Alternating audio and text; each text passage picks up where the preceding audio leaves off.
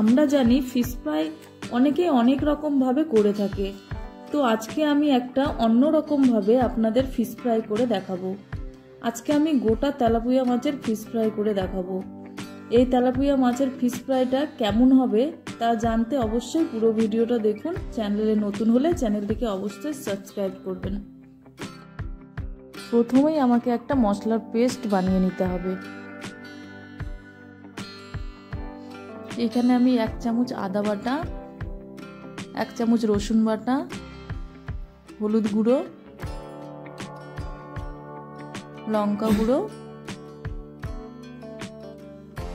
ধনে গুঁড়ো,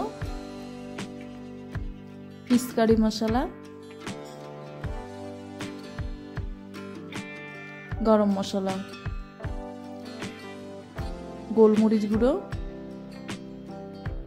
টক দই 2 চামচ, 1 চামচ red chilli sauce, soya sauce সামান্য, স্বাদ মতো লবণ, ফুড কালার আপনারা চাইলে দিতেও পারেন, নাও দিতে পারেন। এবার এটাকে ভালো করে মিশিয়ে নেব।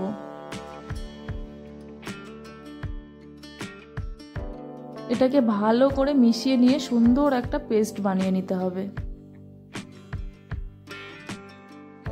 আমি এইখানে 500 গ্রাম ওজনের 2টো তেলাপিয়া মাছ নিয়েছি।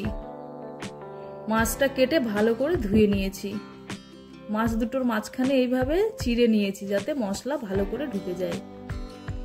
এইবার মাছ দুটো ম্যারিনেট করার জন্য যে মশলার পেস্টটি বানিয়ে রেখেছিলাম সেটি দিয়ে মাছ দুটোকে ভালো করে মশলা মাখিয়ে ম্যারিনেট করে নিতে হবে।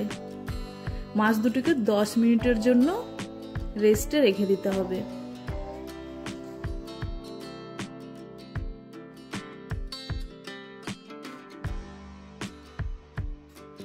এইবারে একটা প্যানের মধ্যে তেল দিয়ে তেলটাকে খুব ভালো করে গরম করে নিতে হবে।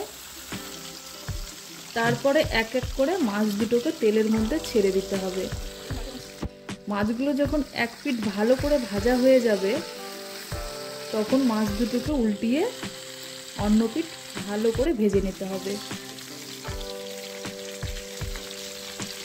মাছ দুটো উল্টানোর সময় খুব সাবধানে উল্টাতে হবে যাতে ভেঙে না যায়।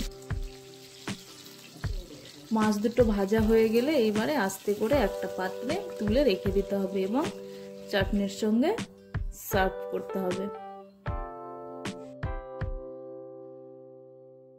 এইভাবে তেলাপিয়া মাছের ফিশ ফ্রাই আপনারাও বাড়িতে তৈরি করে খেয়ে দেখুন, খুব ভালো লাগবে। আর যদি ভালো লাগে এই ভিডিওটি তাহলে অবশ্যই লাইক করবে, কমেন্ট করে জানাবে এবং যারা নতুন তারা চ্যানেলটিকে অবশ্যই সাবস্ক্রাইব করে পাশে থাকবে। আবার দেখা হবে অন্য কোনো রেসিপির সঙ্গে।